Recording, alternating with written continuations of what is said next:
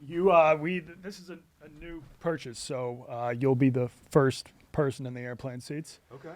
The armrests do pull up to give you a little more room. Feel free to recline. I think that's the, okay. We don't want the thing to flip. No. There we go. Maybe I should screw those into the ground. It's kind of fun to wobble. Feels like we're in turbulence.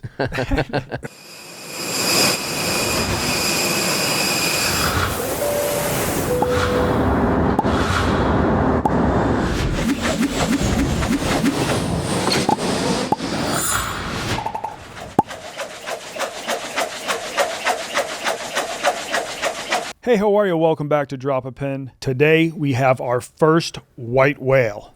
And not only... Come on, man. What? I'm a quarter Mexican.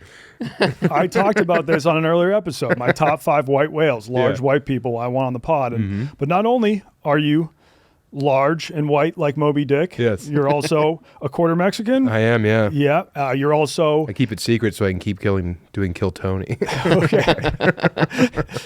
You're also a very talented author, travel show host, stand-up comedian, and all-around stand-up guy, Sam Tallent. Dude, thank you. That's all very nice things you said. And I just got to say that I think I've said it every time I've been given the opportunity. I'm a huge fan of yours. And I've been a fan of yours since, like, you were underneath the Barstool logo, like when you were just on your own in China. I fucking love your stuff, dude. It's really cool that we've, I have your phone number and shit, and you invited me on here.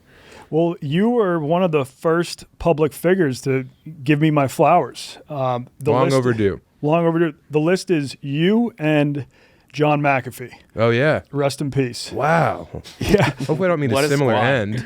No. I do want to be on the same ride towards the end, though. Just getting shit on. Yeah, I mean, like Chaps and I have talked about this. Like some of the people I've looked up to, like Hunter S. Thompson, Anthony Bourdain. Yeah. Even Andrew Zimmern, dude. Well, yeah. Yeah, but he doesn't get enough love. Those two guys committed suicide. As well as who was the author, the famous author that I like? Ernest Hemingway also killed himself. So I'm not like, I like those guys. I want to kind of live my life like them, but no, I do not want to meet that end. Yeah, and I feel like you're not cloaked in darkness like they were. You know what I mean? No. A lot of people travel a lot, seem like they're running away from their responsibilities, and I don't really get that vibe with you. I feel like you're just inquisitive and curious, and you want to see the world. Yeah, that was a lot of the people I met while living in China.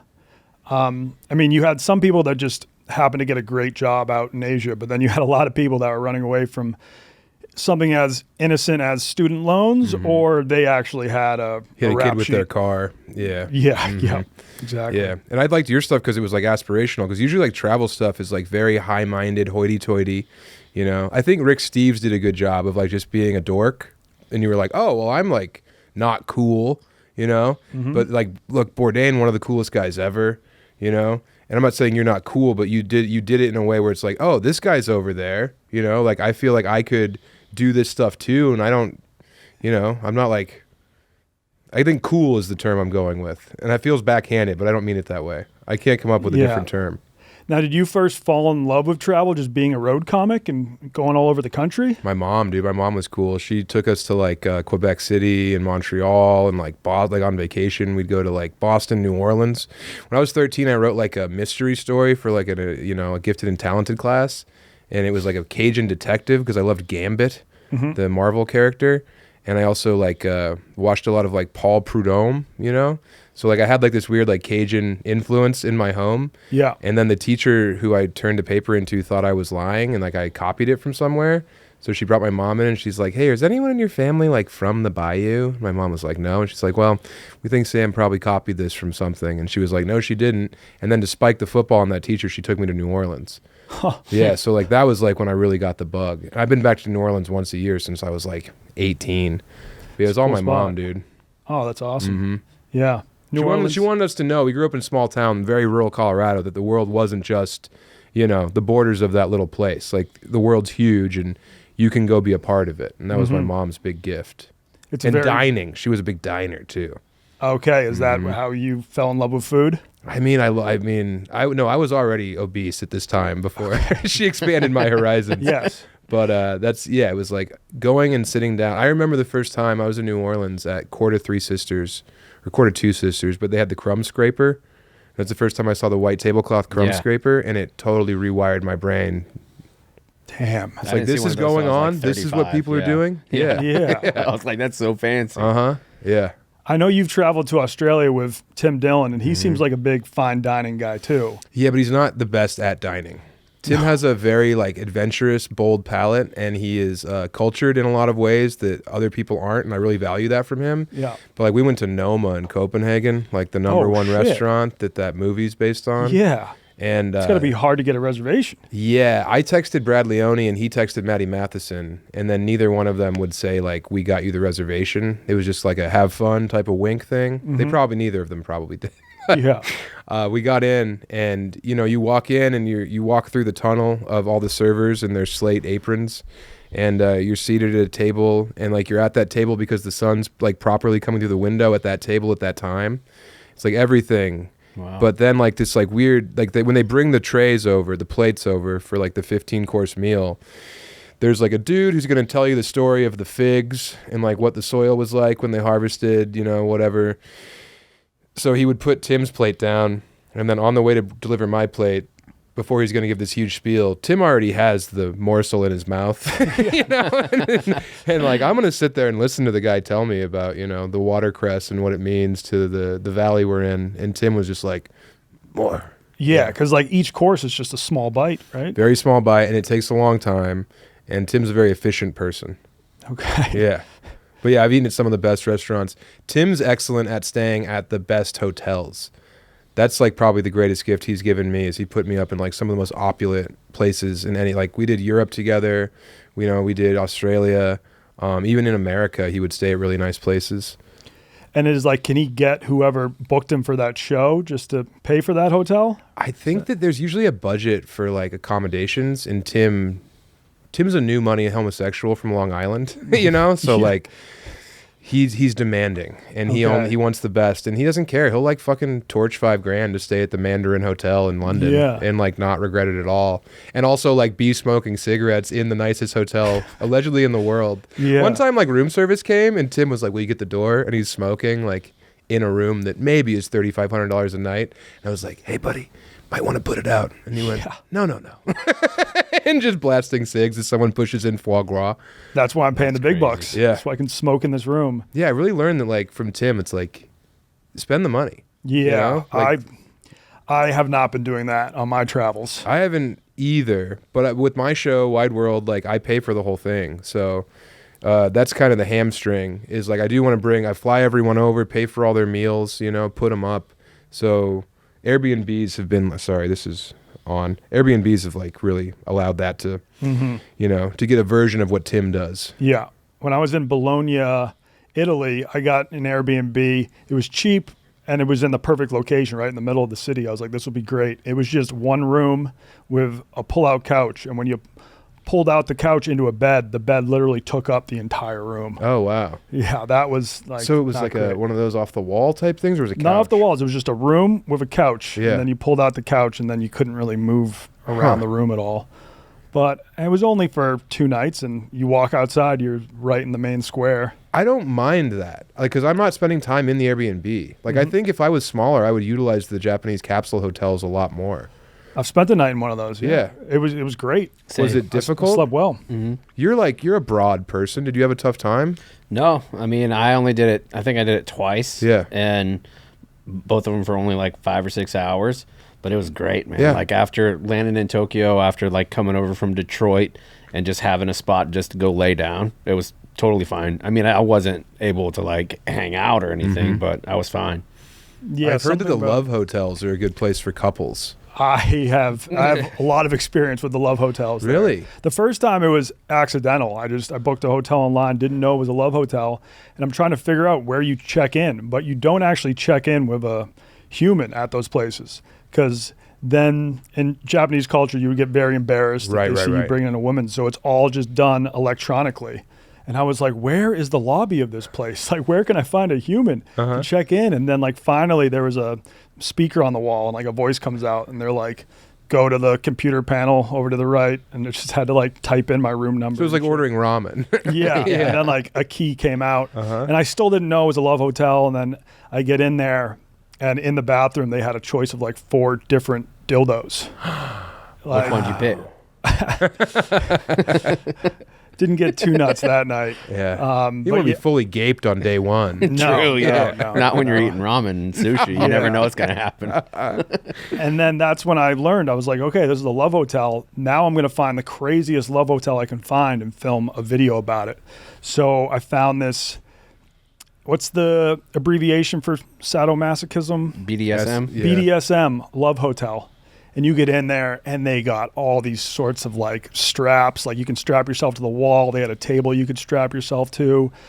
They had a menu of all these other, like you could order a swing up to your room. Yeah. But the creepy thing is that you were locked inside there. Like I got in, the door closes. I now can't open the door. I had to like, if I ever wanted to leave, I had to actually like call the front desk to unlock my door. So the room needed a safe word as well. Yes. Wow. Was that so like, did that really like make people throb with like the high stakes like sex play they're involved in that they can't leave and they have to just take it? I don't know. I thought that was bizarre. It's strange. Seems like a fire hazard, too. Yeah. Oh yeah. You know? I went to a brothel in Reno to take my friend to lose his virginity last year. It was me and my buddy Jake went out there with our buddy who won't allow us to say his name, even though I flew him out and paid for it. And that was the whole point, was he would come on the pod and talk about it. But hey, no one's mad. Yeah, but we were like in there just sitting in this brothel as my friend had just a great time in the back. But the prostitutes kept approaching, and then one of them was like, sex workers, would you like to take a tour? And I was like, sure. So like they knew that we were just there supporting our buddy as we were eating fucking club sandwiches at the bar in a brothel. And they'd come over and be like, hey, you boys looking for a good time? And it's like, no, we're supporting a friend. And they'd be like, I used to be a lawyer. Like they totally dropped the act. Yeah. But this woman took us through, and it was the rooms you're describing where like you couldn't get out unless like I think if you paid more money, you could leave. And every room we walked into, she'd be like, yes, this is this is the hot tub room. Be pretty crazy if you and your buddy fucked me in here, huh? And we'd be like, oh, Tanya, no. She's like, all right, And she like took us to the kitchen. She's like, in here, you could both double team me here too. We're like, you card. But yeah, I don't like the idea of being trapped in a room. And Do you mind if I ask how much you guys had to pay for your friend to lose his virginity? I gave $1,000, and I thought that was very big. Yeah. And I was like, hey, man, have a blast in there. Okay. And then he goes in the back with a woman who looked like a young Jennifer Love Hewitt. Ooh, okay. It was Wednesday. That was my number one in high school. Yeah. Dude. My number one. Oh my gosh. She was just like the girl next door. Totally attainable, but you never could. But she did that little wiggle and can't hardly wait. Yes. And you're just yeah. She had dynamite. that like, she could do like that nose thing. Anyway, what do you think? 3 o'clock on a Wednesday at a brothel, the third best brothel in Reno. Okay. And he's not gross. He's a normal looking young man. There wasn't like an ugly tax. What do you think that should run? Full service girlfriend experience. I'll give you that. Let's say I mean, $1,000 seems more than fair. Very generous. Very Yeah, fair. more I'd say than fair. $500 probably typically. Yeah. The only thing I can compare it to, because I was with some friends in Thailand and they were getting prostitutes, and like there was $150. Yeah. And that's why it's like we had a former coworker. He doesn't mind if I share this story. Mantis. He was a virgin, and then some guys I think were in Vegas, and they ended up paying like someone $7,500, and all he got was a blowjob. Yeah, but Mantis is different. Like he said that his guy was like not ugly, Mantis. I feel like that's a kink in and of itself. Your friend's horrific. Oh, well, no, That's what you're alluding to. He's deformed. Yeah. he's got a Total condition. mutant. He's got a condition, and then That boy's bent. after that incident, he actually had a girlfriend and would have sex with her quite often and was not paying her anything. I That's the phenomenon. My friend, who I went over there and he lost his flower, he came back and he's been running through babes. Just a little Respectfully. confidence. Yeah. Yeah. Yeah, But he came back out and he was like, hey, I need a little couple extra bucks. I need 2. And I had a big wad of hundreds. And I was like, no problem, man. Here you go.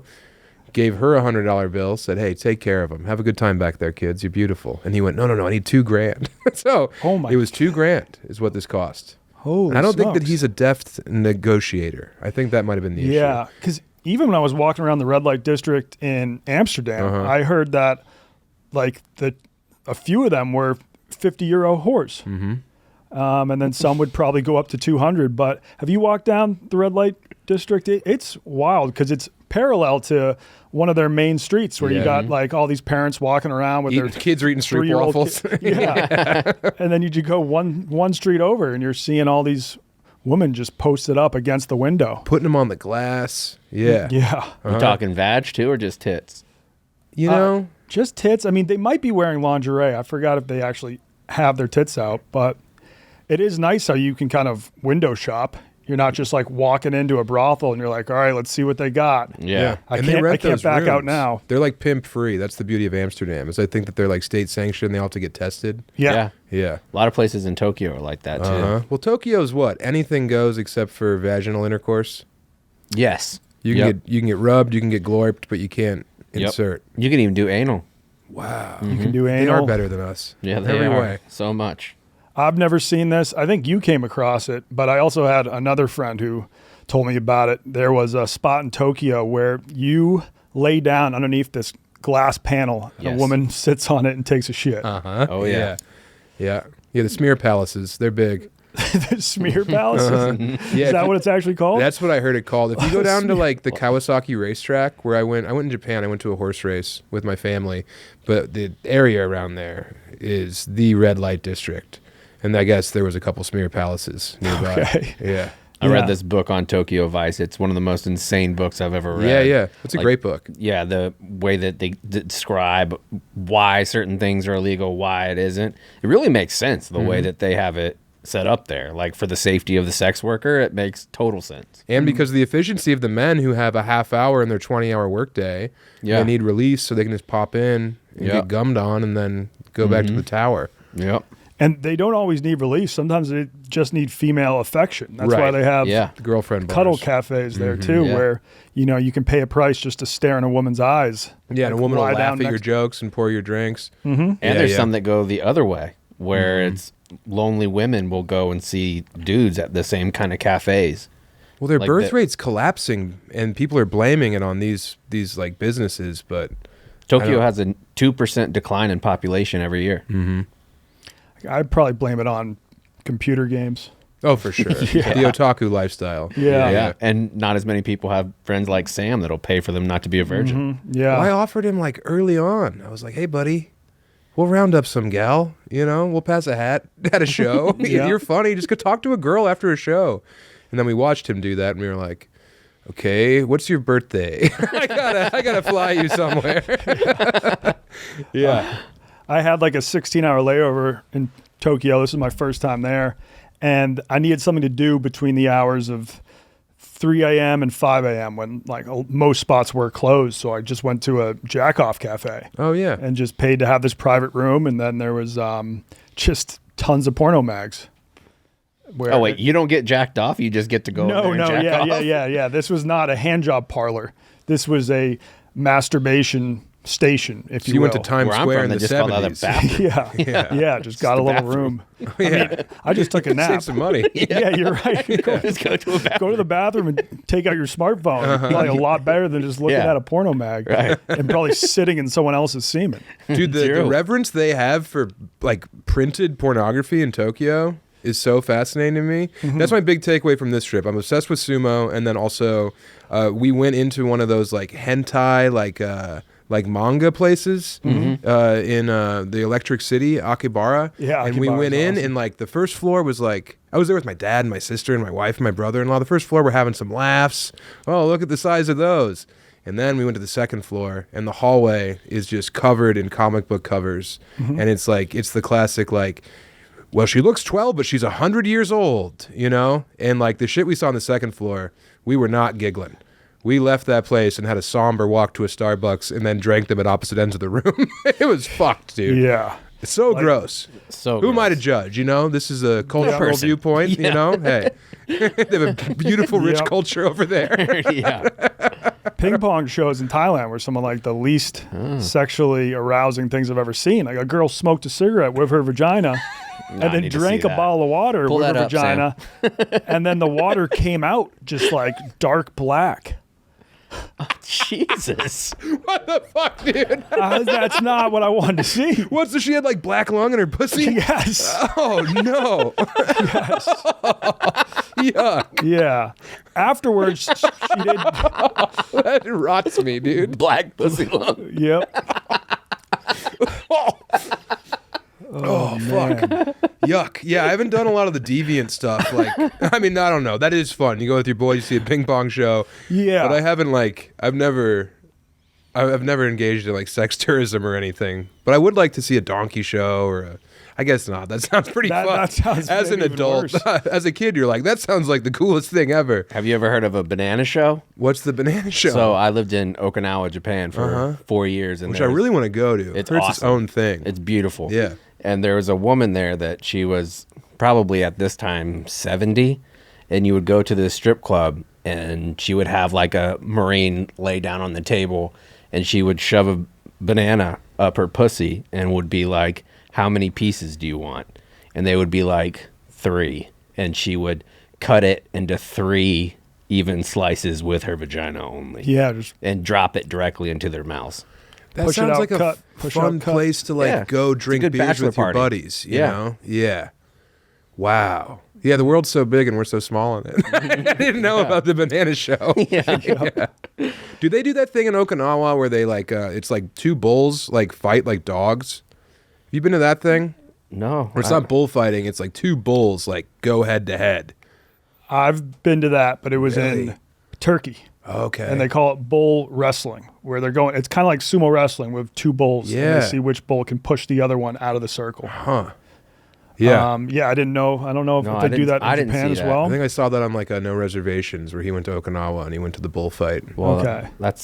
I can't believe I missed it after 4 years. I would have loved to see that. That's cool, man. Yeah. Yeah. So when you were in Japan, you actually got to see sumo wrestling? No, dude, Oh. I've never been there at the correct time. Yeah, it's it like the only boss shows happens. are like every other month, Yeah. and I've never been there like when they were going on. But I bought a bunch of books on sumo, and we went to Sumo City and like saw some of them in the wild. Okay. That fucking spectacle and pageantry gets me so fired up. Yeah. I love the Globetrotters. You know, like I Yep. love sport, but I love it when it's like elevated, and I think sumo's like that done the most respectfully because it's so entrenched in like their cultural identity. Mm-hmm. You know, like it's definitively Japanese.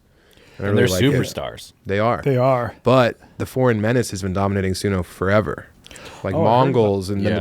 our Pacific Islanders were coming over, and those were all the Yokozuna for a long time. Yeah. I mean, they still had their dudes, but like the Mongolians, they've been in charge. I know this happened in the movie The Replacements, but I'd love to see it happen in real life where a sumo wrestler starts playing offensive lineman. It happened. Yeah. Oh, yeah? Recently, Micah Parsons, the defensive end outside linebacker for the Cowboys, he went to Japan during the offseason, and he was like, I could get by this guy. So it was basically left tackle style moves. Micah Parsons, one of the best players in the NFL, could not budge this guy. Wow. Like he would do basically running starts at him, and the sumo wrestler would drop drop one of his shoulders, and Micah Parsons just stopped still. Yeah. We got to get him in the NFL. And left tackles can't do that. No. Yeah. They have the strongest hands in sport. It's their whole thing. It's like they have these huge hands. If you go to Ryokugu, that station in Japan where Sumo City is, all their hands are like on the wall. Mm-hmm. And I guess their whole thing is like their grip strength is nuts because they have to grab onto that dude's belt. If you can get that belt control, like it's over allegedly. That's like the big move they teach is like grab the belt. And that's why their hands are so fucking strong. Constantly grabbing rice and sand to Yeah, make it harder and stronger all the time. Yeah, salt shit. So did you get your comedy start in Colorado? Yeah, in Denver. That's where you first started to make a name for yourself? Yeah. And now you still tour with some of your comedy friends Yeah. from that state, right? Yeah, my best friend Nathan Lund, we do a podcast called Chubby Behemoth, and he opens for me. And then, like my camera guy on Wide World, Sam Tallent's Wide World on YouTube. Give Yeah. it a look. Give it a subscribe. Actually, that'd be great. I've known him since 3rd grade. You know, I've known the other kid since he was born. Like it's a very family affair. And what was your first big break in comedy, would you say? I don't know, dude. It's like almost impossible to quantify because like as you're going through, like the first time I ever hosted was this huge fucking deal.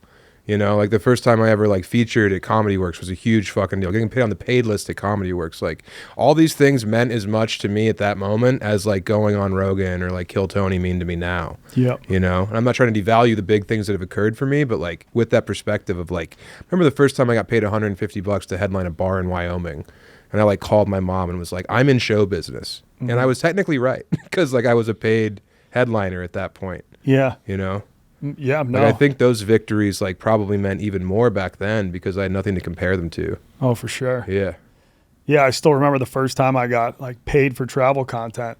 It was a brand that made these video camera shades, and they're like, we want you guys to go to Thailand and film some content for us. We'll pay for the whole trip and also pay you guys a little bit on the side. And I was like, holy shit, I've made it. Yeah. That shoot was a complete disaster. The very first night we went to a full moon party and lost like 5 of the 8 pairs of sunglasses they had given us.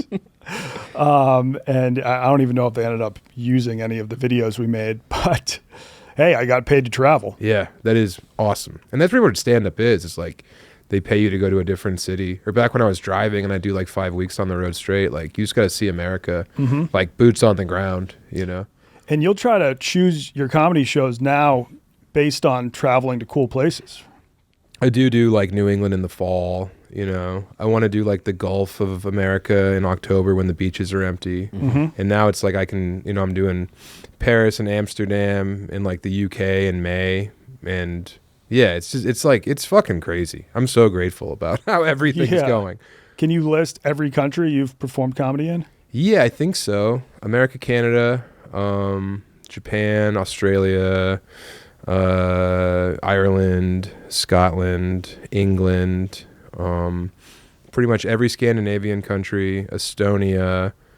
I've done the Czech Republic or Czechia, whatever they fucking call it now. Yep. Hungary. I've done Austria. Bratislava was a weird one. I did Bratislava. I've done Italy, France a bunch, Germany. Yeah, Spain, a lot of them. That's awesome. Yeah. Bratislava is the capital of Slovakia or Romania? It's either Slovakia or Slovenia. I think it's Slovakia. Yeah. Yeah. I think it's Slovakia. And it's like across the river from 2 other capitals. It's a weird spot. Vienna? Is it near Vienna? You can take a train through all of those. We did that as a train tour. Okay, cool. Yeah. And Scandinavia sounds cool. I've never been there. Dude, it's weird. It's so low key. You know, you go to Europe and you go to Paris and you're like, oh my God, it's an orgy of decadence. You know, you go to Barcelona and you're fucking drinking red wine and Coca-Cola on the beach and you're like, I'm going to live forever. And then you go up there and it's like you're at a library where everyone's very attractive. Yeah. Yeah. Were there crowds like not really laughing as hard or as rambunctious? I went over there by myself the first time and then I went back with Tim Dillon and we did like big shows like the National Theater in like Denmark and shit. And he was like, I warned him. I was like, dude, it's not the Chicago theater. Like, you're not going to get the huge response that you expect. And you're going to feel like you're bombing. And he was like, no, I won't. And I was like, okay.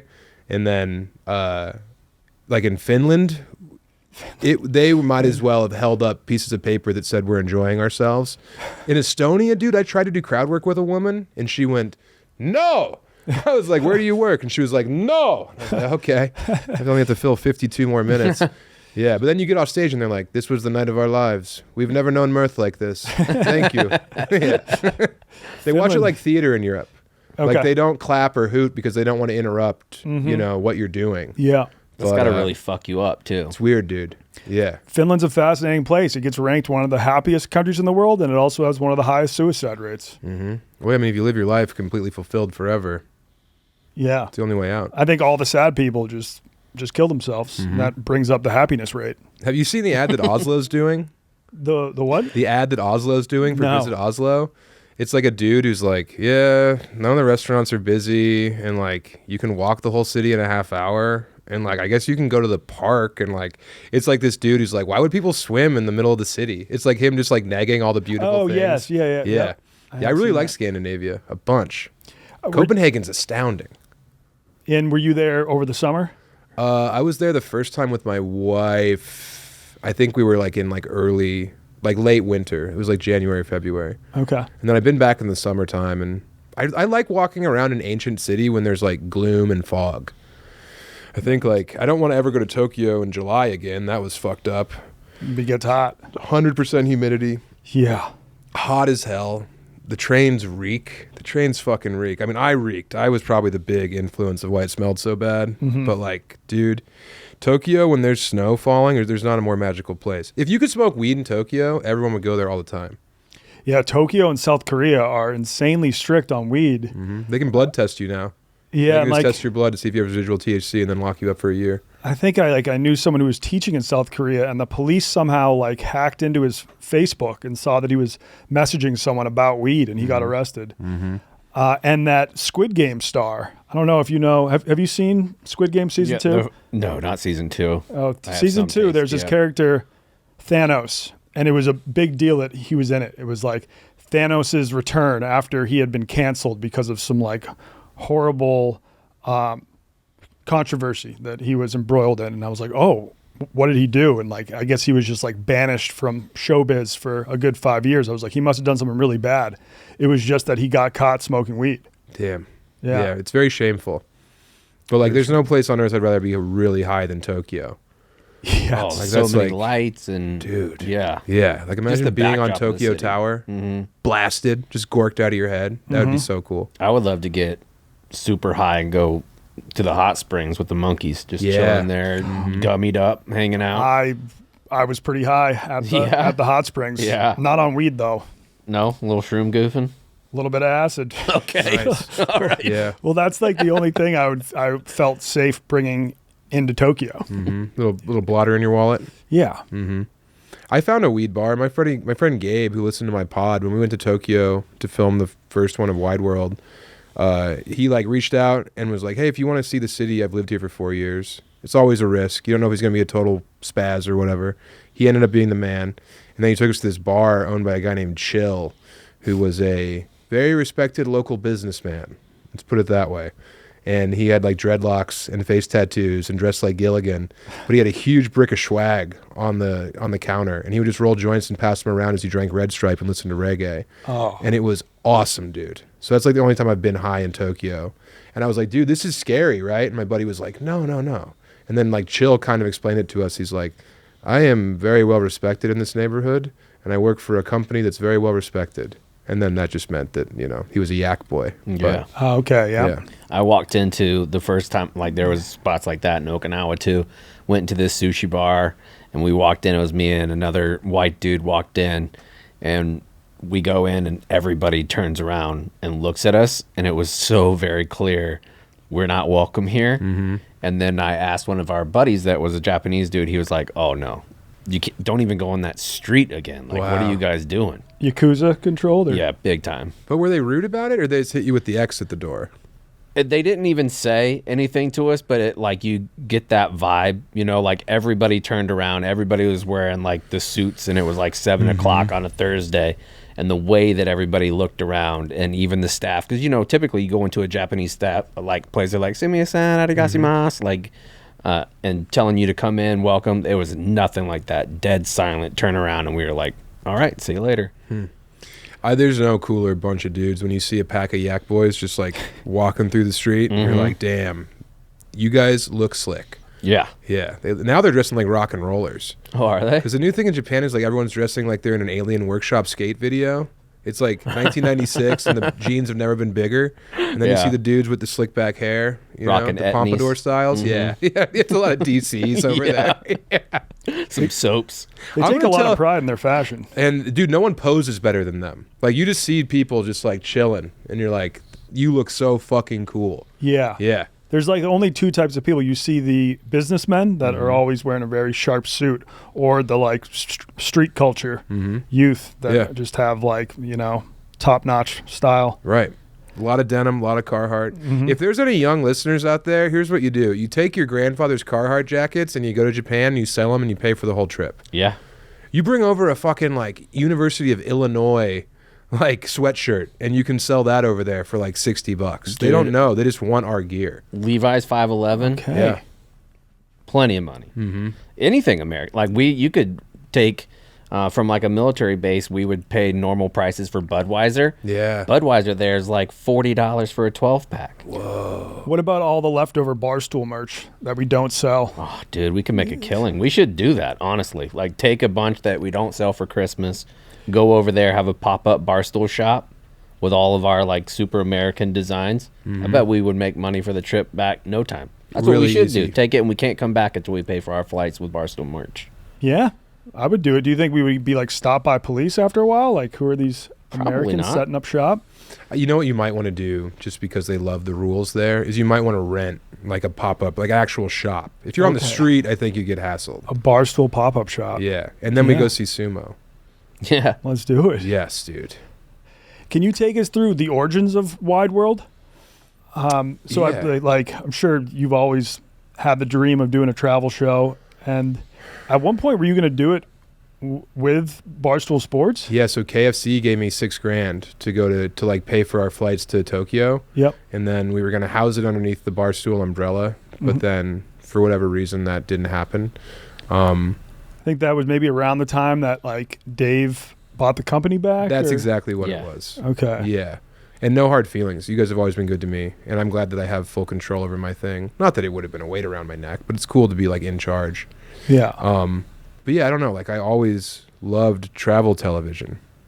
Like Samantha Brown, Rick Steves, like, you know. Andrew Zimmern. Zimmern doesn't get enough love. Zimmern was a legendary party pig in New York when he worked in restaurants. Like he was like a blow ghoul and like banging all night long at Yeah. like punk rock clubs. And I think at one point he ended up homeless. Yes, but then he gets his show and he just looks like an egg eating penises, and you know, and everyone's like, "Look at this loser." Zimmern's the man. I Yeah. have a lot of respect for him as an adult. But yeah, I don't know. I never thought I could like achieve doing it because it was so expensive, and then I started traveling. I never left America till I was like 27. I went to Okay. Canada and Mexico, but like I was scared to go to Italy. My wife was like, "Let's go to Italy for our honeymoon." And I was like, "We don't speak Italian. What are we going to do?" And she's like, "Easy, big top."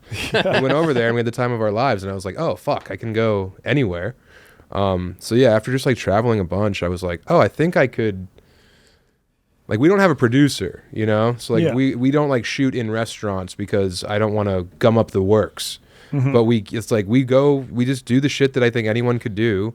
And I have, you know, my two buddies on cameras, and it's like not as hard as I thought it would be. No, it's not. And I'm lucky because like my camera guy is like a beautiful cinematographer. So he really heightens the dumb shit we do with like his like eye for light and, you know, framing.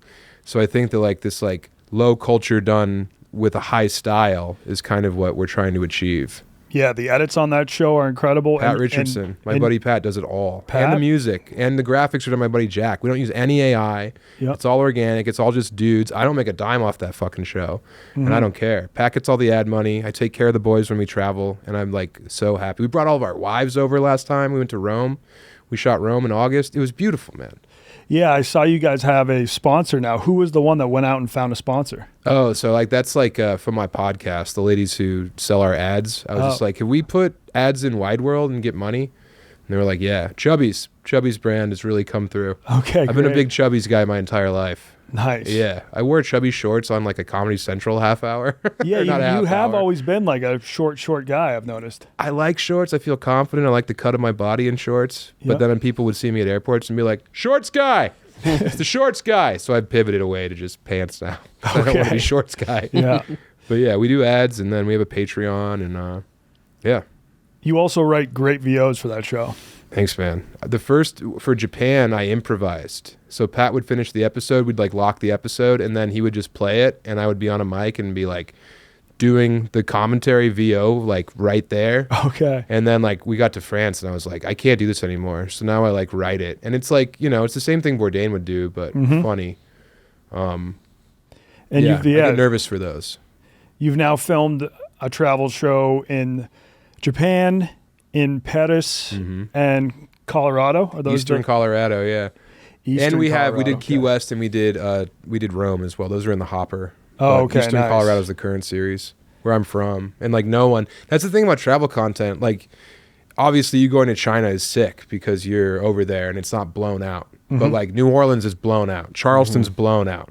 You know, Boston, like all these places that you want to go in America have completely been beaten to death. So we were like, where do we go in America for our first one? And we did Lyman and Burlington and Elizabeth, Colorado, where I grew up. No, sometimes that content's even funnier than if you went to, like, that's what we did with Rediscovering America. We're like, let's go to some of great, dude. Let's go to some of the worst or the most tacky, corny tourist attractions in the world. Yeah, the Dells was awesome. Oh, yeah. Yeah, the Dells was very well done. Wisconsin Dells, dude. Or are you thinking about Put-in-Bay? Because I did go to the Dells and film some, but not with Rediscovering America. Didn't you do like the Great Lakes or like did you do the UP? Yes. Rediscovering America? Yep. I thought you went to a water slide place in that one too.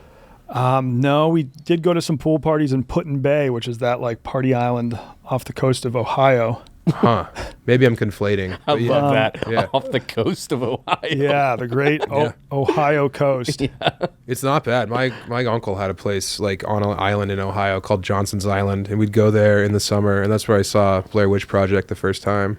Oh. Yeah. And it was like the bridge came up at night, so you couldn't escape the forested island. And my uncle was like just cackling at me, being terrified of Blair Witch Project. That movie scared the shit out of me. When I saw it as a kid, I clearly remember I had to sleep on the floor of my parents' room that night. Because they build it as I was like too afraid. a legit thing. Yeah. Found footage. Yeah. And at that age, you're like, this may have actually happened. Yeah. Yeah, it's like, I'm dumb as hell. I'm 12 years old. Right. Yeah. Fucking A. Put-in-Bay is kind of just like a white trash Nantucket that attracts a lot of swingers. Nice.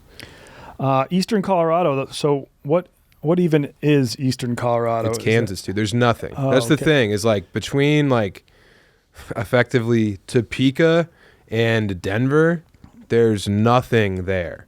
And I grew up like, 2 hours from the border, an hour and a half to Denver. And it's just this forgotten, it's the high plains. It's like blighted and yellow, and everything just gets turned into hay.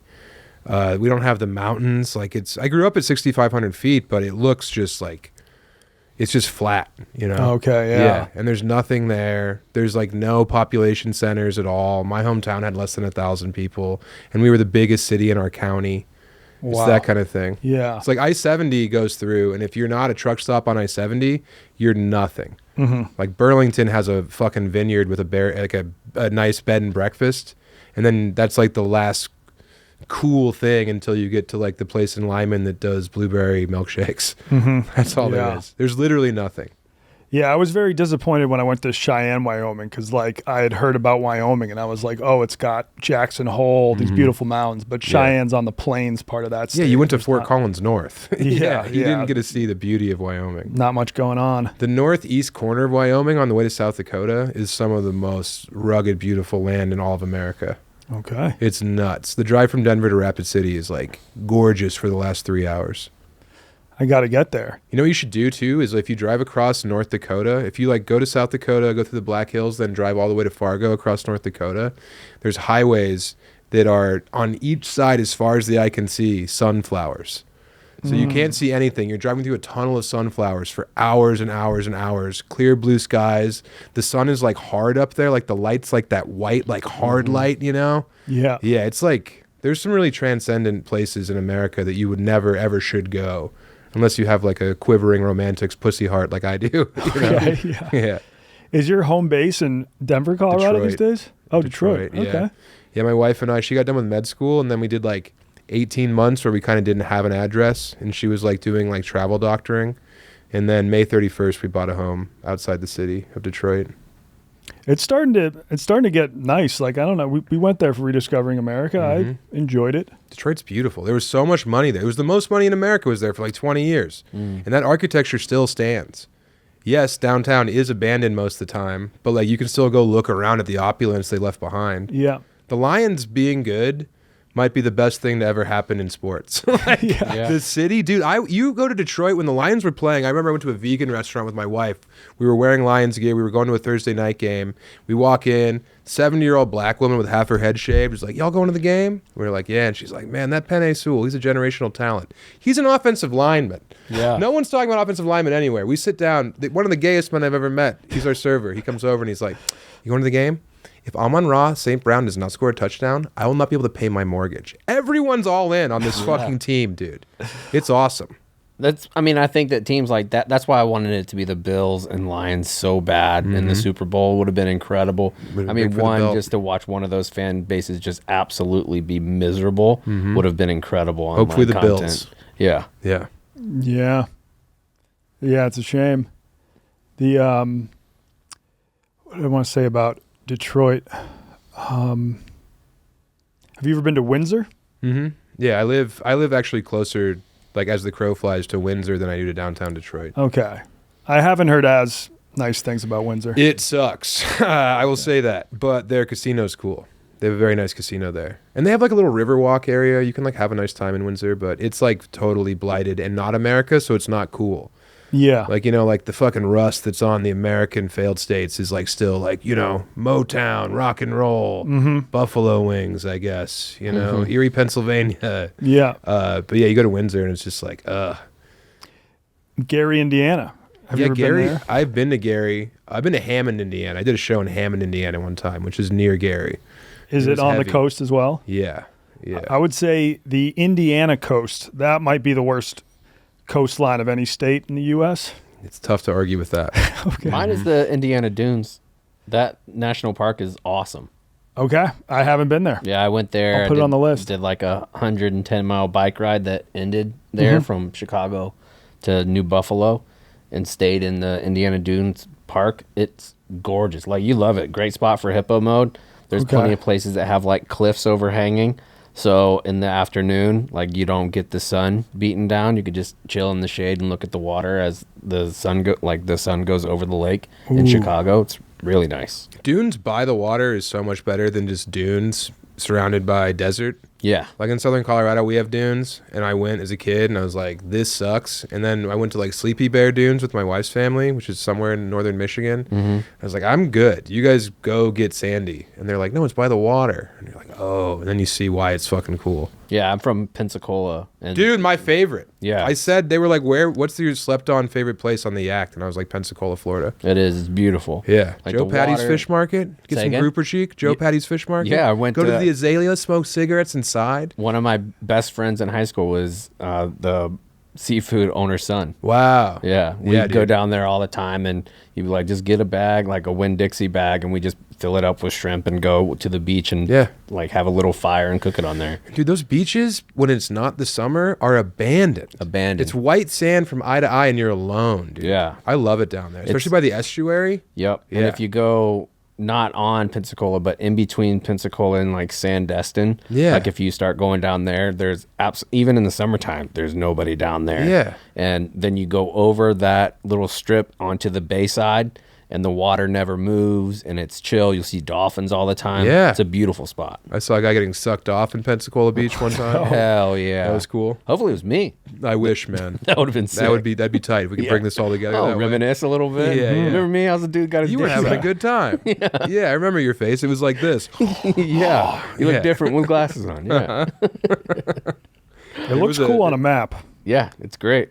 So you said after you went to Italy that kind of opened you up, like I could go anywhere. Has there been any spots where you're like, I feel a little dicey here? I don't know, man. That's the thing is I don't think I'm an adventurous traveler. I love cities and I love opulence, and like I have not been to any of the places where you're supposed to get around on a moped. Yeah. Like I want to go to Vietnam and Thailand, but I fear I'm not like good on a moped. Yeah. And I almost like spilled a motorcycle one time, the one time I've ever been on it. So I'm a little gun shy. So I haven't been to those places yet. I haven't been to anywhere that's really that dicey besides Ecuador. And that was just like, I was probably projecting my own insecurities on those like very lovely, kind people in Ecuador. I think e-bikes has helped a lot with that too for people that don't know how to do like mopeds. Change gears or anything like Yeah, that? like you don't like a electric scooter or an e-bike, game changer. You just now have allowed me to maybe go to these places because I love e-bikes. Yeah. So if that's an option over there, what am I going to do? So I can break some rickshaw guy? Right. I can't do that. Yeah. Yeah.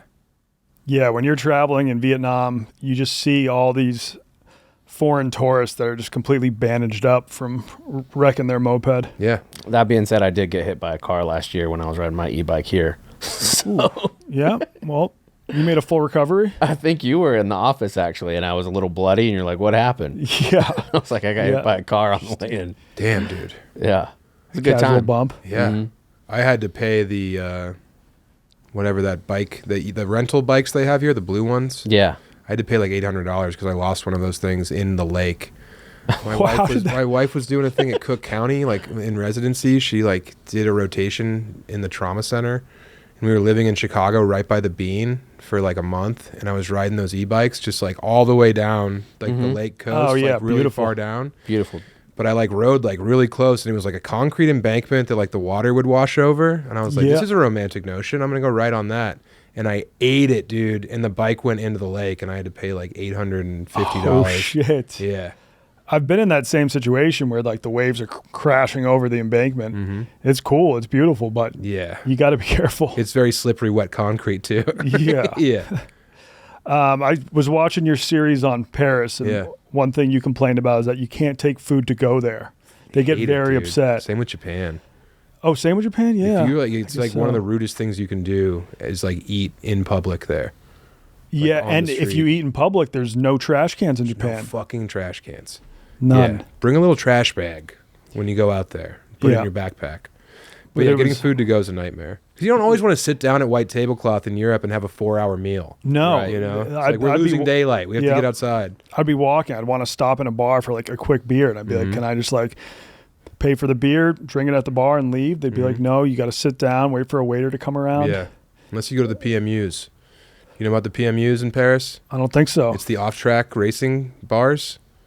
No. Yeah, so like you can go like place off-track race bets at the PMUs, and you can always tell because they have like a horse emblem. You can buy Oh. cigarettes in there. You can get beers and coffee, and just it's like they're the dive bars of Paris. It's the old crusty men like ripping tickets in half and swearing.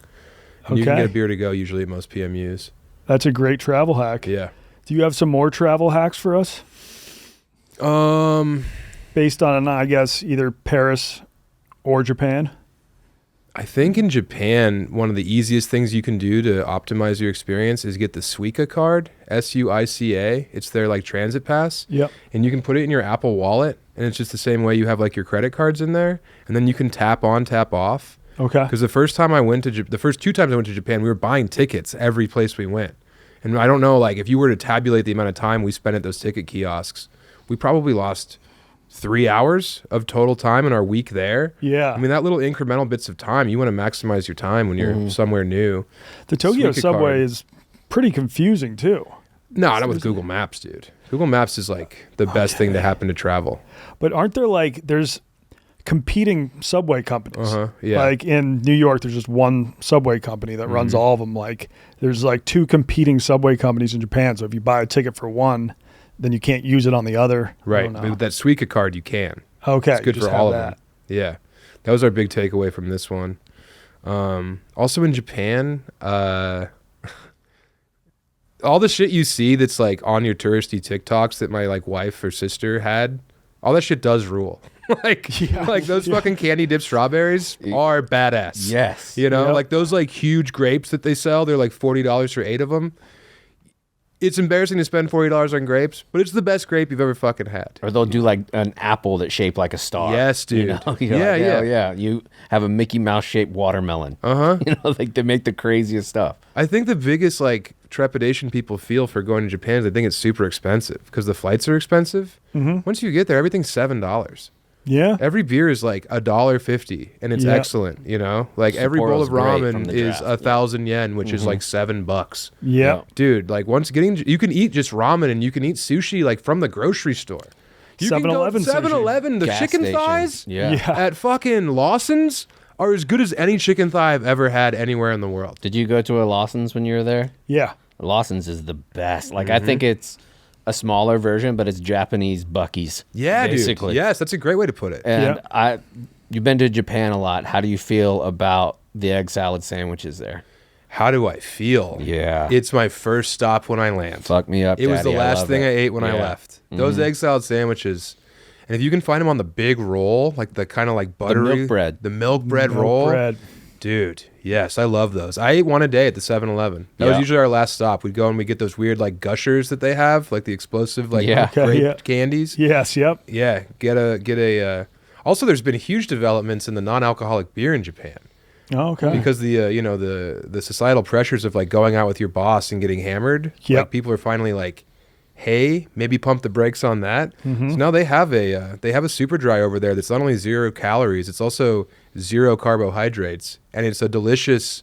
I think super dry is the best beer in the world. Asahi Super Dry. An ice cold super dry on tap. Oh yeah. It's the quintessential booze experience for me. And sometimes in Japan or South Korea, they'll have like an ice slush on top. Yes. So you get like a little slushy foam on top of the Dude, super I haven't dry. thought Tickles your about that nose. in a long time. Those, Yeah. oh Yeah. my God. Do you ever do like the Bourbon Trail or anything? Have you ever done that? In Kentucky? Yeah. No, dude. There's a spot that I went to. I did that this summer again, and I went to one of the distilleries down there.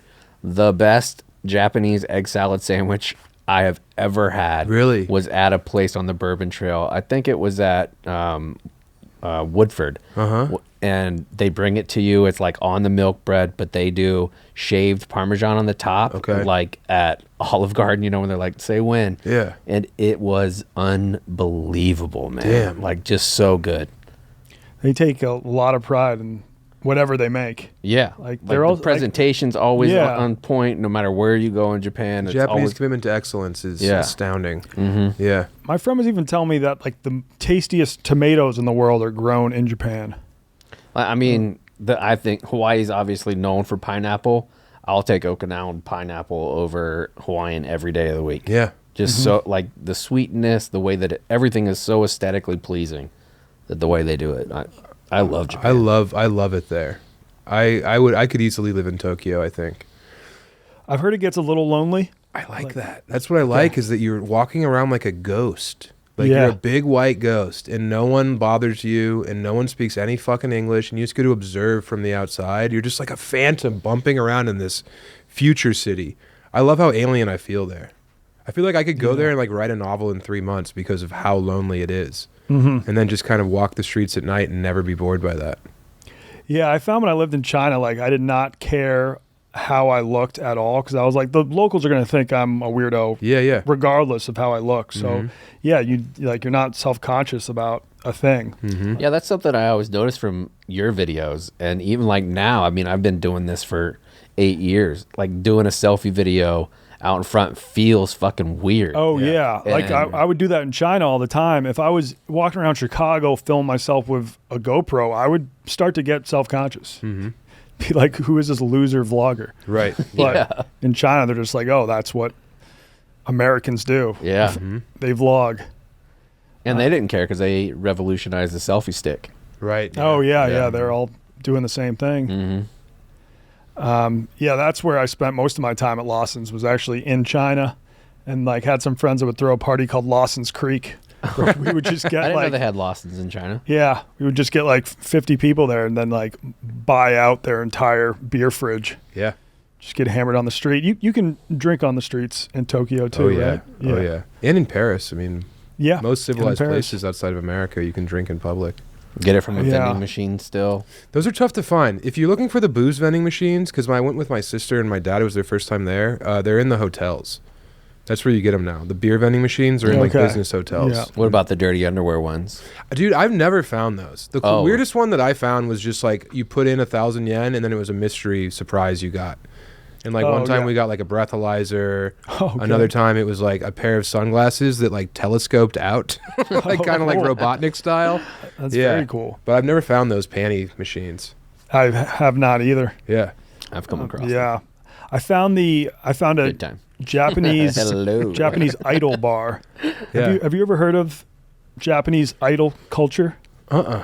So it's these bands, and the girls in the bands are very young, probably 15 to 21, and they're just these pop groups, but their fan base is all 30 to 50-year-old men. And I was walking the streets of Osaka, and I saw this performance. I see these girls singing songs, so I go over to watch, and all of a sudden there's just a crowd of 45-year-olds that are dancing, know all the dance moves to each song, know Yeah. all the lyrics. I was like, this is bizarre. So I looked it up, and it's a huge thing in Japanese culture where these men who are so busy, don't get any female affection, just become obsessed with these bands, and then like after work they'll go watch their favorite band at a bar. So I then went to one of the bars, and yeah, it was all 40-year-olds just doing the crazy dance moves and singing along. It'd be like going to a Taylor Swift bar, but just finding 0 girls, just all 45-year-olds singing all of her lyrics.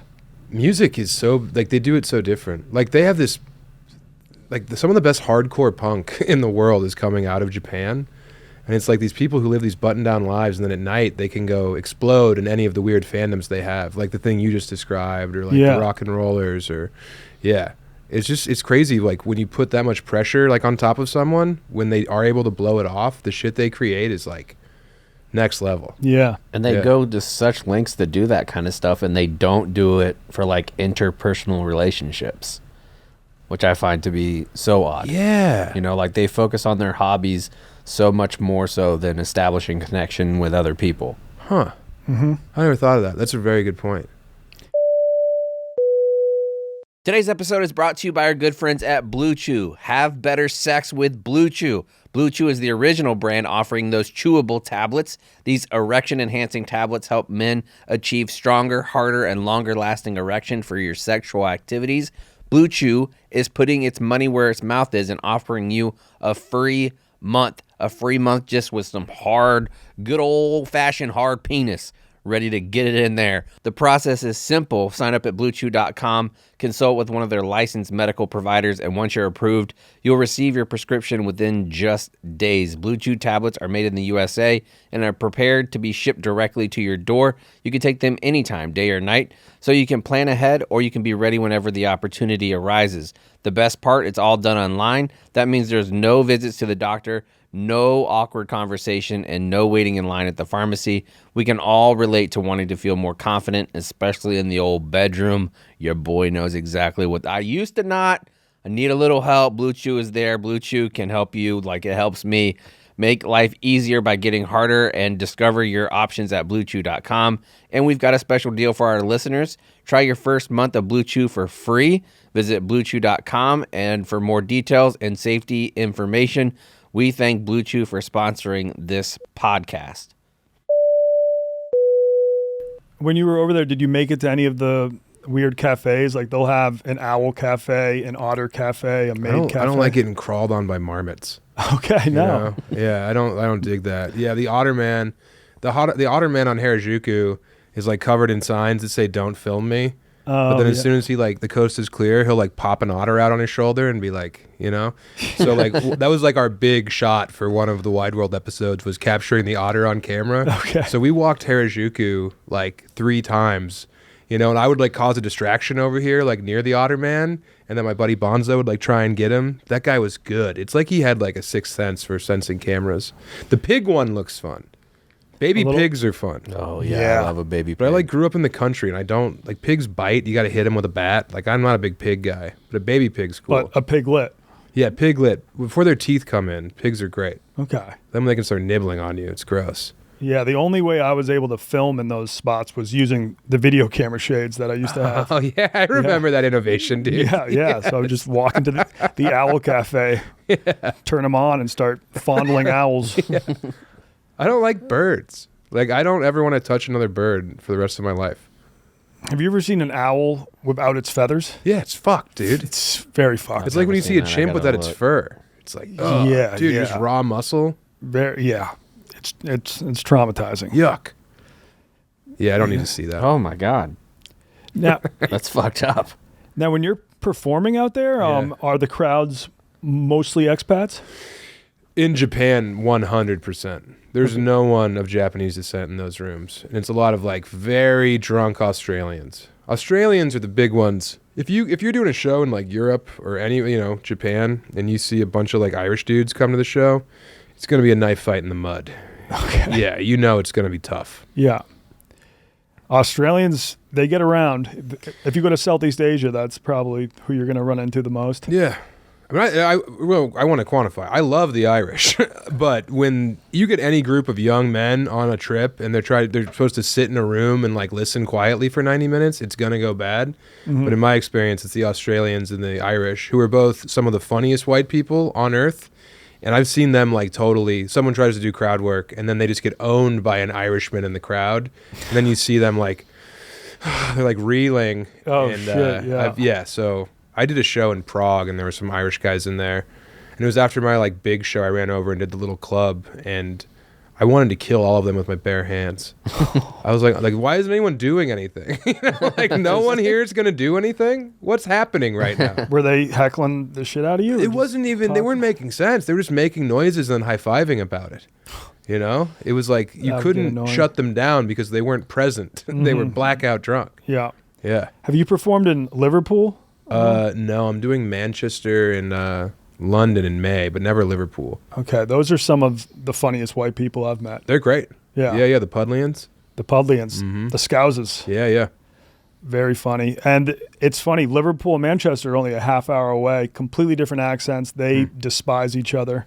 You get a lot of variety in short distances in the UK. I liked the post-industrial blight of Manchester. It felt like you were in like Youngstown, Ohio. Yeah. I liked it. I mean, that's a good comparison. Yeah. Shout out Youngstown. I've actually been there. Shout out Me too. Youngstown Bob, the best pussy eater at Barstool Sports. Really? Oh, Yeah. yeah. I bet it's not in hot contention for that role. There's like 3 or 4 contenders. Yeah. Come clean about it. Yeah. Che's a contender. He loves to, Yeah, he he's very proud of his pussy eating skills. I like it down there. In Youngstown? Or no, you like it? I like eating a pussy because it's Same. in sex. There's so many variables that are hard to control at all times. But I feel like I can really lock in on that and do a good job. Now you have some shows coming up here too, right? Over the weekend? Yeah, Zany's Rosemont, the Yeah. 14th and 15th. Have you spent a lot of time here? Because I remember the last time you came through, you knew Professor Pizza, one of the pizza guys here. You knew Yeah. Henry from Three Little Pigs. Shout out Henry. There might not be a better guy that I've met in Chicago than Henry. That Dude's the motherfucker will man. hit me up and be like, dude, you're looking skinny. Keep it up. Health's important. Just like a text message from Henry. Yeah. Yeah. And you have lost a lot of weight, I've right? lost. I quit drinking. So Okay. Yeah. And you, like, I saw you almost like a year ago and you were off the booze. So how long has it been? last year I had like 30 drinks and they were over the course of like 3 or 4 nights. And one of them was like 15 Bud Lights with Gillis. So like, but I used to drink like every Thursday, Friday, Saturday because stand-up's really scary, I think. And I learned how to do it kind of drunk. Yeah. So yeah, you cut out like 3,600 calories of light beer a week. Mm-hmm. Pretty easy to drop the weight. Yeah. Was it hard to adjust performing sober? I've done some open mics and I've always had to, I've been like 5 beers deep each time. Yeah. I mean, the circuitry of how I learned stand-up was stoned and drunk. Okay. And then I quit smoking weed in like 2016 because I started getting panic attacks. Then I was just drunk. And I wasn't like fucking cocked up there. Yeah. But it's definitely like buzz driving versus drunk driving, you know? So Yeah. I would have however many beers that was. But yeah, so I had to like figure out how to do it. I think I was just scared. Stand-up's Yeah. really scary, Yeah. which I'm finally understanding, you know? You seem to have conquered that fear though, because now I like you really control a room. I like it. I've devoted my life to it. And it's funny now because like all these open mics are getting flooded with the people who lost their fantasy football league. And the stipulation was they have to do 5 minutes. Yeah. And it's like that's their biggest fear and it's their punishment. And it's also the thing that everyone else in the room is devoting their life towards. Yeah. But yeah, I love Chicago, man. I mean, it's probably the best comedy city in America, if not the world. Oh, Dublin's okay. really good. Oh, nice. Yeah, Melbourne's really good too. But I think it's wild when you move to New York and you have the dream of becoming a stand-up comic. Like you just have to put in all these hours at open mics where no one's really listening to your jokes and stuff. Like, I feel like trying to first get your name out there in a smaller market like Colorado or wherever helps probably, because then when you go into these other places, you've already developed a bit of a reputation. yeah, I mean, being like not in New York or LA, it's like I was able to become Bo Nix, you know, where it's like I got a lot of starts before I made it to any place where it actually mattered, you know? Not that playing football at the highest level in college doesn't matter, but compared to being in the NFL, Right. Yeah. you know, so like I was able to learn how to do like an hour of stand-up. And Denver was cool too because you had like the arty kind of hipster shows, you had the clubs there, and then you also had the entire mountain time zone and the Great Plains. Because like there's all these bar shows and like, you know, comedy nights. Between Chicago and LA, we're the only city where people are like, where there was that strong of a stand-up scene. With all due respect to whoever wants to flood my DMs and say Omaha's got something going on. Yeah. Not compared to Denver. So we had to learn how to do stand up and like successfully do stand up for like oil workers and like in native casinos and just like really places that are not like the nicest places to perform stand up. We had to go do that so we get the $300 and share it in Wyoming. So yeah, I'm glad that I was a Denver comic. When you're doing shows around like all around the world, do you look at cultural differences and like what's going to play here versus what's going to play there, or do you just basically I'm going to do my own shit? I mean, most of doing stand up abroad is just talking about whatever's happened to you in that city. Like that's fun because you can go on stage and just do your idiot abroad for them, and they're like, I've never thought about that, you know. But you do have to like not do your cultural references. I had a buddy who had like a couple jokes about like they were like Spencer's Gifts, CBGB, like all these like American touchstones, and he went to Paris and fucking ate it to the delight of me and his other friend who were there. So yeah, you have to be very conscious of like you can't do jokes about the white bicycles in Chicago when you're in fucking Paris or something like that. Right. I'll have to get you booked out in China sometime. Yeah, so Shanghai is supposed to have a great comedy scene, great English comedy scene. Yeah, I think you've met the guy that opened up one of the first clubs there when you were in Australia, because he now does all the booking for Live Nation. Oh, Andy Curtin. Andy Curtin, yeah, yes. great guy. Yeah, so he ran a comedy club when I was out there. And, I would go there a lot. So I think Ari Shaffir performed at his club. Yeah. A few other people. I once performed at their Mandarin only night with Francis from Barstool. We were filming it for a video where he was like, all right, I'll go and just do my set in English and then you'll translate for me. But I can speak Chinese at like a second grade level. So he would just like say some long joke and then I would just be like, ta da mama hen pong. I would be like, his mom is very fat. I work as a tutor to help my parents pay my rent. Ta da mama hen pong. We'd be like, ah, ha, ha, ha. That was the best joke ever. That's a great bit. That's a great bit. Yeah, it's fun when you're on stage and you get the sign language translator. Every comic does it where you make them say like every bad word, but that's just a good time. Yeah, it is. Nice. Yeah. Awesome. Yeah, no, I never really like. I feel like you can just. I'm a big fat American. I'm pretty funny to these people. Yeah. Like just as a cartoon. Yeah. And if you say stuff that's also funny, they're like, very good. Yeah. Yeah. What are some of your dream locations for Wide World in the future? Dude, that place in Kazakhstan, Alkany. I always fuck up the name. Sam, I don't know what you're doing over there. If you can quit the Candy Crush, you can quit Googling how many commas in bank account. You could look up, I think it's Altany or Alkany.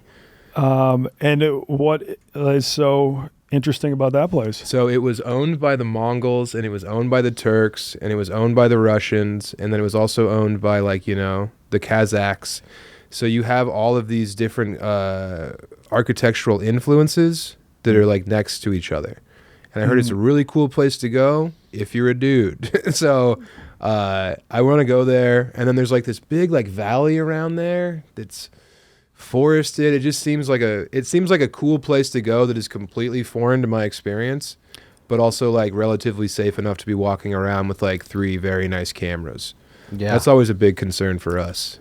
Almaty. That's what it is. Looks like it's surrounded by some beautiful mountains. Insane mountains. Yeah, so I want to go there. We're doing New Zealand in July. I'm doing Australia and New Zealand, doing shows down there, and we're going to film New Zealand. But, I bet New Zealand will be wild as hell for comedy, too. That's great, yeah. I've heard it's very good. Yeah. Some rugby while you're there. Dude, I think Australian Football League might be the best live sporting event I've ever been to. Yeah, I've recently just got into watching some rugby. It's so much fun. So rugby obviously is badass. Australian football different. But dude, I've never knew about Australian football until I went to a game and I was like, this is awesome. It's just nonstop. It's just like everyone's a free safety.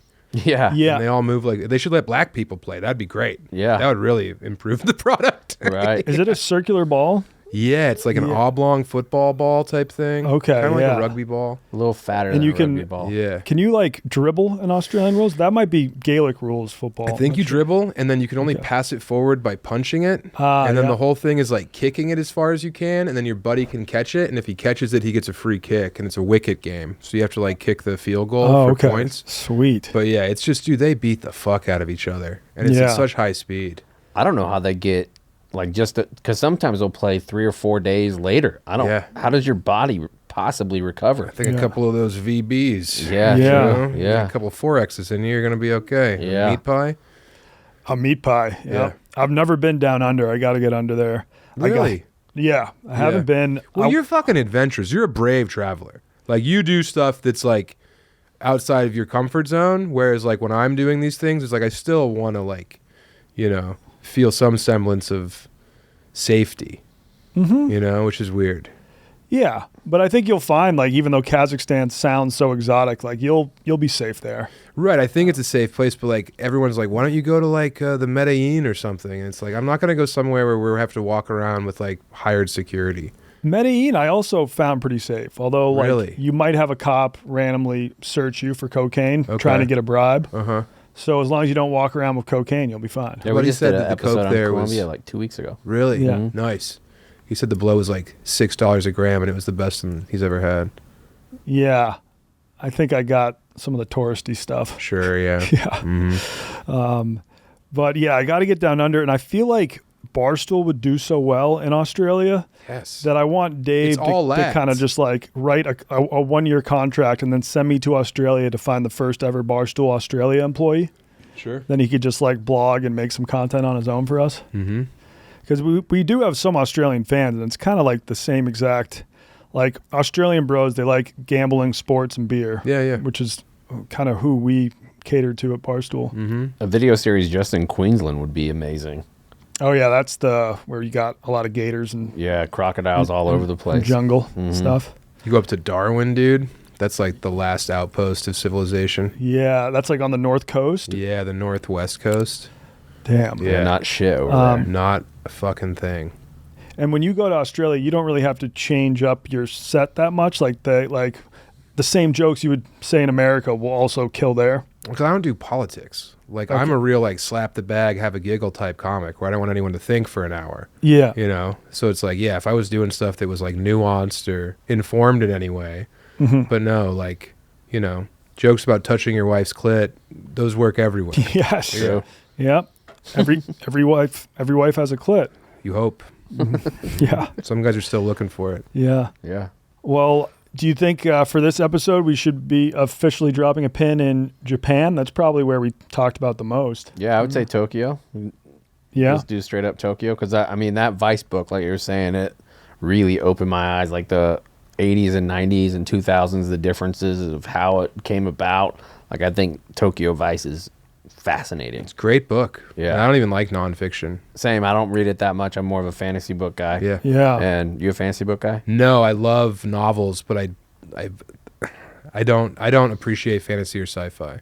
I have been that way my whole life until Yeah. like the last 2 years, and now I'm all in. I just feel like there's so many great stories that can be told within the confines of our own reality that to create a dragon to do battle with is like not as interesting to me as like doing battle with like poverty and Yeah. like what- I like books where like the stakes are super high for like $400 reward. Now, have you ever thought about the sharpest sword that's made of only light? You ever thought about that? No. No. I haven't.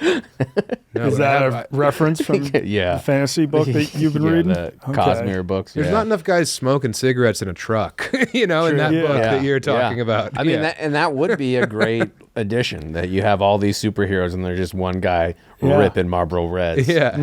Probably a Camel Light guy, actually. But if you're reading, you can pre-order my book from Random House. It's coming out. The I already 25th have. of March. I Thanks, tried to man. read it before the pod, and then I was like, "Oh wait, it's been recently taken off sale Yeah. because Random House bought it, right?" Yeah, so they wanted 3 months to like clear they wanted to make their own imprint on the SEO. That's how they framed it. So Okay. hasn't been available for the last 3 months, but it's coming to all bookstores the 25th of March. and it's called Running the Light. Running the Light, yeah. And it's kind of like a memoir about your days as a road comic? No, it's a novel. It's Okay. it's an amalgamation of like all the dudes and chicks I opened for back in the day. And it's like this one guy who like, you know, he's got a bad coke problem, bad bruise problem, sex addict, bad husband, bad father, and it's just him doing 7 days in the Southwest. Like he just starts in Amarillo and then goes through New Mexico up into southern Colorado on his way to Denver. Okay, cool. Yeah. And it's the best thing I've ever done for sure. I'm super proud of it. That's awesome. Yeah, thanks, man. Yeah. Were you just writing that like in your spare time? Like It's Vegas, dude. I lived in Vegas for 2 years. Oh, My wife's for 2 years of med school, and I was like so lonely. Yeah. It was so fucking lonely and so hot, so I couldn't even like go to the park and read. So I just was like at my kitchen table writing, and it came out of me in like 6 months living in Vegas. Yeah. Wow. I have to like lock in to write, but once I do, I can hit 1,000 words a day and just keep chugging.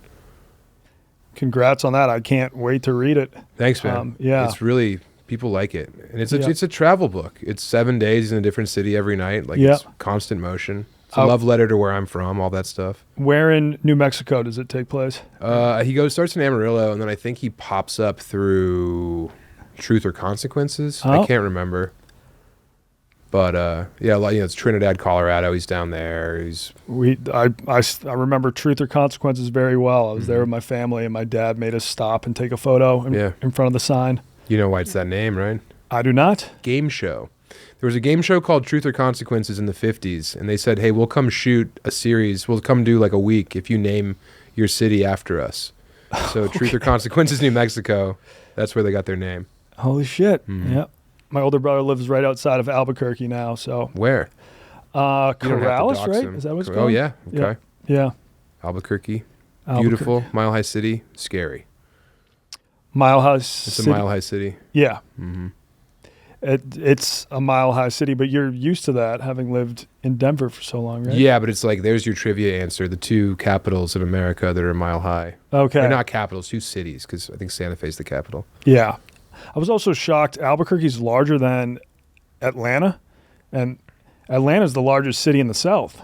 I was like, I thought it was the largest city in the world. Whenever I go there, I'm like, what the crazy fuck? traffic, How everything many like that. highways The do you traffic's need? not bad in Albuquerque. That's my favorite answer of any of the Around the Office when I asked Caitlin Walker what's the most populous city in the world, and she said Dallas. It's like third in the state. Yeah.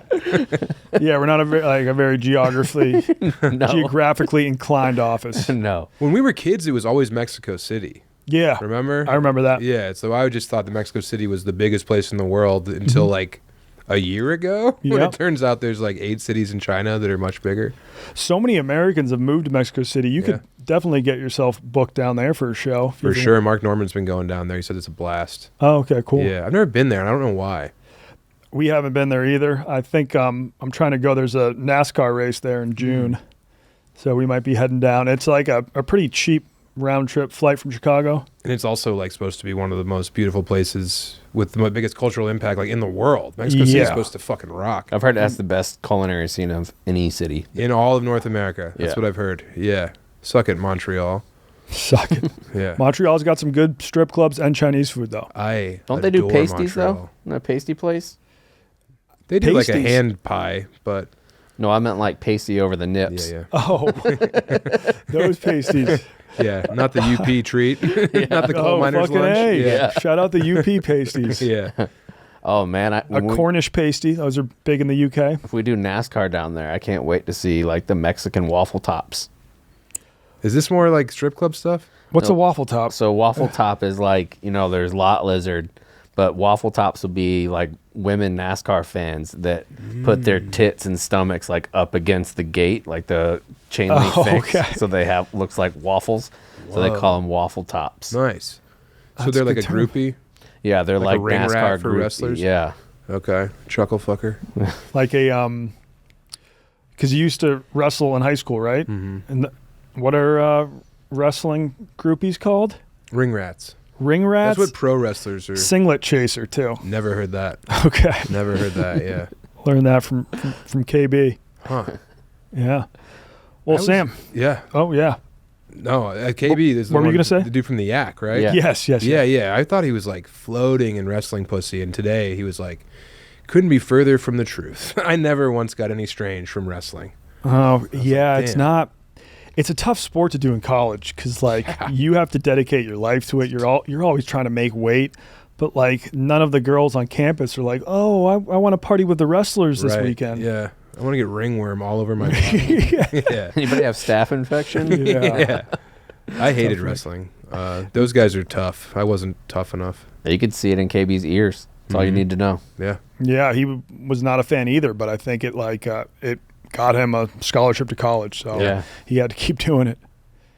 But thanks so much for coming on, man. Absolute joy. I'm Yeah. always glad to be able to hang out with you. When you came to my show in New York, that was like, I felt so cool. I felt so cool when you showed up. Man. Yeah. So thank you for always being Well, so hopefully nice our to me. paths can cross down the line, and I can pop in an episode of Wide World. I'd love you to, man. I really do. We've like texted about it in the past and it's just never worked, but it'd be Yeah. very cool. And you have it kind of made with your job right now because you said you and your wife are just going to live abroad for the month of May.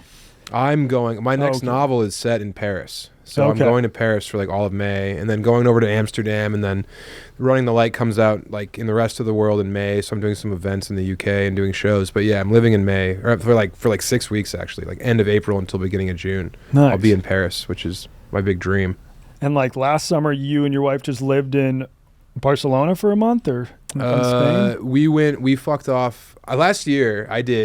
Flew to Japan, did Wide World for a week, did Australia for the whole month of August, and then did the like west coast of France for 2 weeks, and then did another Wide World in Paris. So yeah, That sounds awesome. I'm a big like Francophile, dude. I love Yeah. France. I was only in France for the Olympics, Mm-hmm. and I was just running around trying to interview athletes and stuff. And I had an Airbnb that didn't have air conditioning, and it was hot as You balls. got to get air conditioning. So didn't have as great a time as you'd think. Mm-hmm. I did get to swim in the Seine, You did? Yeah. Interesting. right underneath the Eiffel Tower. Yeah. I didn't get sick or That's good. or get any weird rashes. I've always been so afraid of river swimming since I swam in the Red River in Baton Rouge. And then the next day they said massive MRSA outbreak. And I spent like a week, my band, we all swam in this river and then we were in the van like checking our body for like melting flesh. Mm-hmm. But then I swam in the rivers in Pittsburgh like last year and I was Ooh. totally fine. Okay. I think this whole like river swimming thing is like, just don't go in with open wounds. Yeah. And I mean, who doesn't have a couple open wounds on their body? Yeah. Let's Yeah. be honest. You're going to pick something till it bleeds. And if you're from Florida, you grow up swimming in retention ponds like I did. Yeah. Yeah. It's a risk I'm always willing to take unless I'm in India. I don't think I'd swim in those rivers. Those aren't even water. No. Yeah, That's those are poop, dumb. baby. No, they aren't. Yeah, I feel like when I was in Paris, I didn't get to eat a lot of great French food. Mm-hmm. The one thing I did find is that I had the best smash burgers of my life in Paris. Oh, sure. Yeah. Yeah, Mm-hmm. great stuff. Were you but- smoking cigs over there? Oh, of course. Have to. Yeah. God, rolling up a cig in Paris. Yeah. Feel like fucking John Wayne.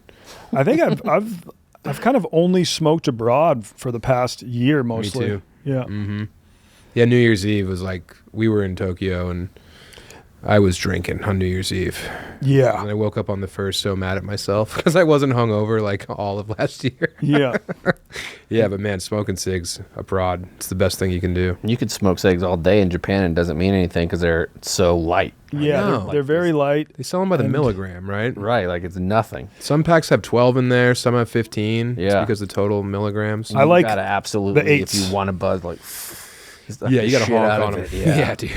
8's a good milligram amount for cigarettes. Yeah. But I mean, China used to be able to smoke wherever you want. They finally passed a rule no smoking inside, but you can still smoke inside in Japan. Lots of places. Yeah. Yeah. I guess the Most thing in bars and Japan was restaurants. like all the old men ran Japan forever, and then like that period ended, that era, and now they're trying to like, okay, no more beer vending machines because kids can buy them.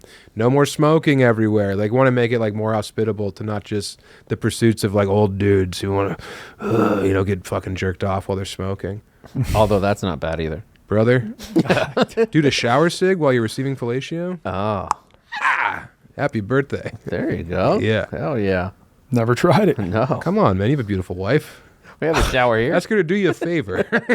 You want to crank my stick while I crank this hoon? Cranking hog and hoons, baby. Yeah.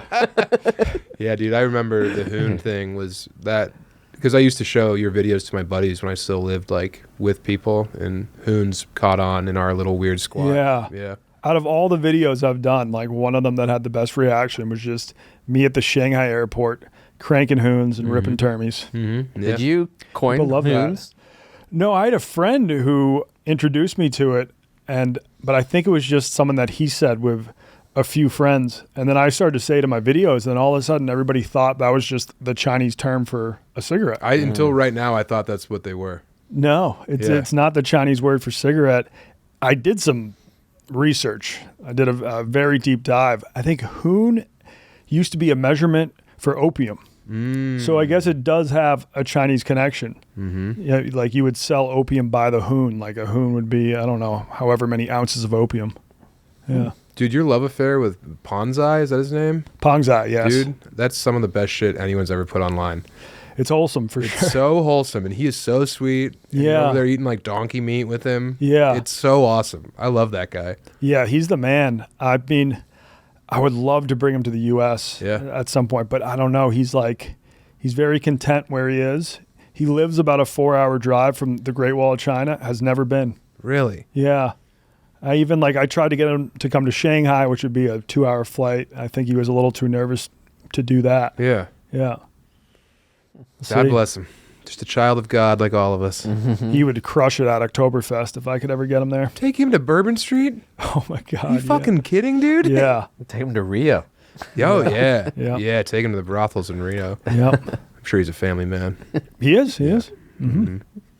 Awesome. Yeah, thank you. Thank you, man. Yeah. Yeah, and thanks for how were the airplane seats? You're the first guest that has sat there full Awesome. for the full pod. Awesome, because I think I sat here just like engaged and laughing and enjoying myself as opposed to being like, Can I have a ginger ale? 6 more hours, huh? Yeah. All right. Well, thank God I downloaded all these episodes of Your Honor. Oh, they didn't save. Great. Thanks, Sam. Appreciate it. Yeah, thank you. Lovely to meet you as well. Nice to meet you too. Let's do some getting cultured. Today's show is also brought to you by our friends at Hey Dudes. Hey Dudes are unlike anything. The Wendy's and Wally's are the original iconic styles that are the foundation of comfy at Hey Dude, and the Wally is the Hey Dude's go-to guy, the first of its kind.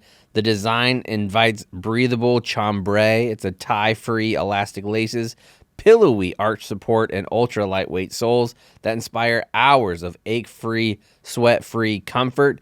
If you're on the hunt for the most comfortable pair of shoes, you've arrived at that destination. The Wendy's and Wally's are perfect for everyday casual wear with so many fun and cool color ideas for this season. Find your perfect pair at heydude.com today. Again, that's heydude.com today.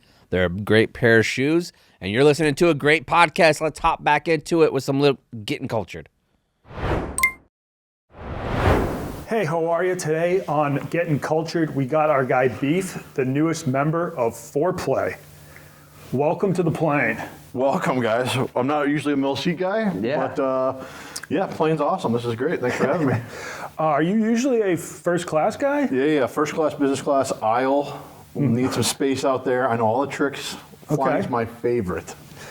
Are you being a little sarcastic? Yeah, it's fine. It's whatever. Okay. I mean, how many flights would you say you take a year? Probably 4 or 5. This year I'll to be on 50 of them though. Yeah. I'm going to every single Barstool Classic. We got travel series, so I'll be on 50 different flights. Every single Barstool Classic. All 25 of them. And you're going to all of them? I'm going to all of them. Wow. They're on my hit list. Just check them off. Check them off. Check them off. And you recently got back from France. Was that your first flight out of the country? No. So I went to Canada, Mexico. I've been to the UK before. But yeah, France for 4 days, London for 3 days. It was awesome. All right. Great experience. You got to go. What airline did you fly? United always. First class? Yeah. Okay, Yeah. sweet. Or the next class, a business class. I don't know. It's like a first class seat for like domestic, but it's not like the lay flat loungers. Okay. I don't like the lay flat loungers. But it's got more room than you have right now. Oh, yeah. Middle seats are not the funnest. Was there a time in your life where you got stuck with a middle seat? No, I never get stuck with a middle seat. Okay, I opt out for that. I upgrade the seats. I do whatever I have to not to have a middle seat because I imagine you guys aren't having the most fun time right now. No, I'm enjoying myself. I'm Okay, actually, we're going so snug. Like, but because think, sometimes whenever you're flying, like you get cold. Like having you, I mean, Yeah. like as long as you are cool with it, I would. A lot of rest up spots, yeah, for as sure. long as like I think I could do like a 5-hour flight with you if you didn't mind me kind of like No. I actually cuddling up. like Bring it on. Like I feel, I feel more secure. feel snug right now. Yeah, we're just gonna have a good flight. You Yeah. know, Yeah. we'll have our meal, we'll have our soda pop, whatever it is, and wherever we're gonna go to. Yeah. Yeah. Now I know like probably some larger people get like really nervous about flights or like someone's going to make an offhanded comment or something like that. Have you ever had that happen to you where, you know, someone says something mean when you're getting on the plane or? It's more the eyes of people when you walk down the aisle and they're like, where's yeah. this guy sitting? When they're like, mother of God. Yeah. And they're like, please don't beat me, please don't beat me, please don't beat me. I go, Yeah. hey, and no. That's what more it is. Just if read I- people's body language. I would fuck with people if I were you. I'd be like, I'm actually in the middle. Like Every row, every 5 rows, like, hey, I'm over there. Yeah. Yeah, you Just could start do. counting the numbers, You know what would be a 22, great TikTok for you? Like if you did that, and like if somebody was super nice, you gave them like $20 and you just kept it moving. Like just like reward people for their niceness. And just go, hey, I'm just kidding with you. Sorry, I'm actually sitting in first Yep. class. Sorry, Yeah. I'll Yeah. be going that way. Isn't there one airline that has tried to be very accommodating to plus size people or like? Yeah, Southwest, I think it is. Southwest. So when you book a flight, can you check a box saying plus size or something? I think it's when you go to the actual ticket agents, the person when you check in, you just go like, hey, I just would love a little bit more space, and they just give you like a placard to sit next to you. All right. So then that becomes like nobody else can sit there unless it's like a full sold out flight. Shout out Southwest. But I mean, we travel enough now where like you know the little ins and outs of like how to pick flights and Yeah. choose the right one so that you don't ever get stuck in the middle seat. Right. Yeah. So Okay.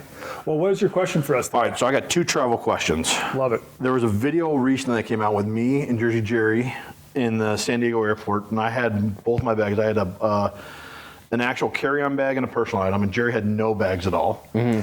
Are we no bags through the airport, or I'm taking at least one bag through the airport? So for me, I am so opposed to going to the carousel, like to pick up. But if I get to the point where I have to, everything's going on. I'll Gotcha. bring my Kindle, my headphones, and that's it. Gotcha. Everything else is going underneath. But I will work my ass off to never have to check a bag. But if you have clubs, you're gonna have So to we check go to all the carousel time. every single time because we have golf clubs. Yeah, so I would do the same thing, Jerry. Pick like whatever you want, like a laptop, a Kindle, and your headphones would be set. See, now the second thing to that, though, is that Jerry had to buy a hoodie because he got cold in the airport.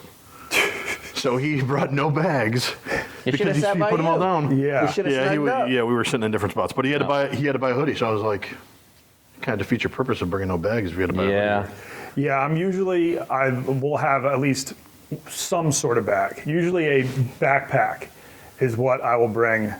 Just because I don't trust myself keeping like my Kindle, my phone, like an extra sweatshirt. You know, I don't want to keep that all on my body. So I like having a personal item, and then I do like to avoid trips to the carousel. So a lot of trips it will be a carry-on bag and a personal item. But if I have to check something, I'll get everything checked and just have a personal item because I have lost my carry-on item before.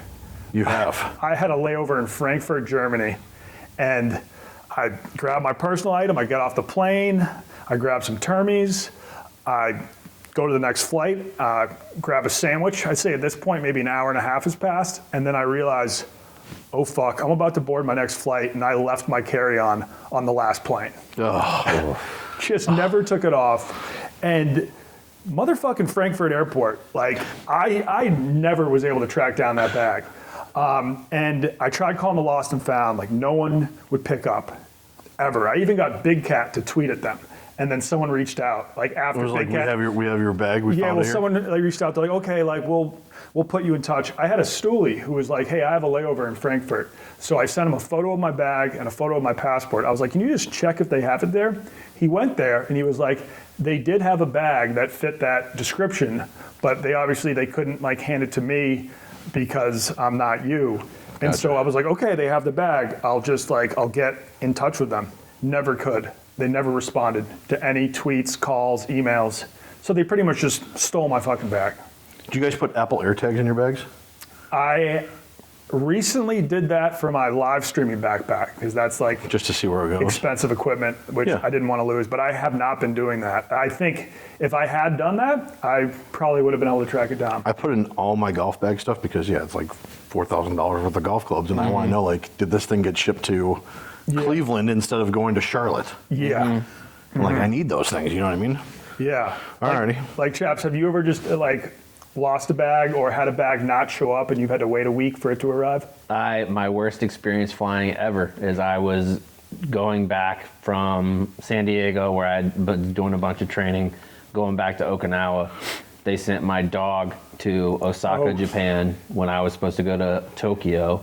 And then they sent my weapons, like 2 guns, to a different airport. So I had a military working dog, and then it was 2 rifles and a pistol that you have to have like eyes on all the time, both of those. And so there was no Wi-Fi at that time. And they didn't tell me until we were out of California airspace. And I was like, I am so fucked when I get there. Even though it wasn't my fault, like getting off the plane and like your supervisors are there and you're like, I actually don't have any of my guns or my dog. Sorry, guys. Yeah. Hey, guys, I made it, but my guns are at that airport, and my dog is at that airport. Yeah. And Let's just get losing Uber. a dog, that's like probably like losing a child. To Well, you. yeah, and because nobody else is allowed to take them out. Like there's signs on there because they're like attack dogs. Like there's signs on them like do not take them out. So I had to fly in and then get a connection flight to go to where Psycho was at.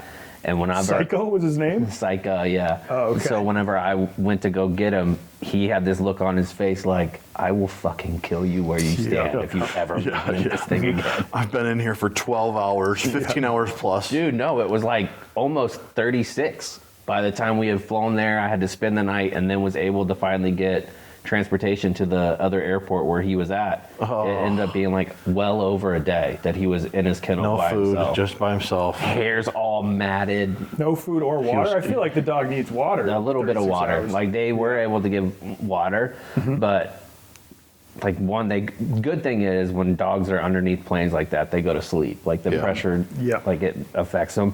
But yeah, that was the worst. So I've had that, and I lost a wallet on my way back from Hawaii. And so I was trying to come back, and it's just such a pain in the ass to lose a wallet anywhere, but on a plane seems like even worse because once it leaves, you're not getting it back. Yeah, you don't know where that plane's going. Well, you got the important stuff, right? You got your photo ID to get on planes unless you take passports. You got all your credit cards that you have to jump through all those hoops. You got cash, you got everything in there. Driver's license, no way to get your car out of like the parking garage whenever you get there because you don't have any cash. Yeah, that's not a great situation to have happen there. And what's your second question? Second question, TSA pre-check. I think it's the best thing that nobody utilizes. I mean, some people have started to utilize it more, but like your credit card pays for you to have TSA pre, like they pay you right back. One of my biggest regrets. I mean, I've been traveling as my job for 6-7 years now. I only got TSA pre-check like a year ago. That's a year and a half ago. Yeah, And you were like in Japan and everything. You've been all over the world. Oh my God, dude! It is like. Did you have Clear before? I didn't have Clear. Now I have Clear is the Now shit, I have too. Global Entry, which comes with TSA pre-check. I didn't have either of those for my first 5 years of traveling full time. Like I am an idiot. It's like you don't got to take off your shoes. You don't have to take as much out of the bag. You don't even have to take off your belt, and the line is just usually way shorter. I think now it's actually becoming too popular, where like sometimes the TSA pre-check line will like not be short. But even if it's long, it will move faster than like the normal TSA line. And it's less of a hassle. So if you haven't yet, see if your credit card gives you TSA pre, apply for it, they reimburse you. Best thing ever. Definitely worth it. Yep. Good advice. Do you have the chips and pretzels?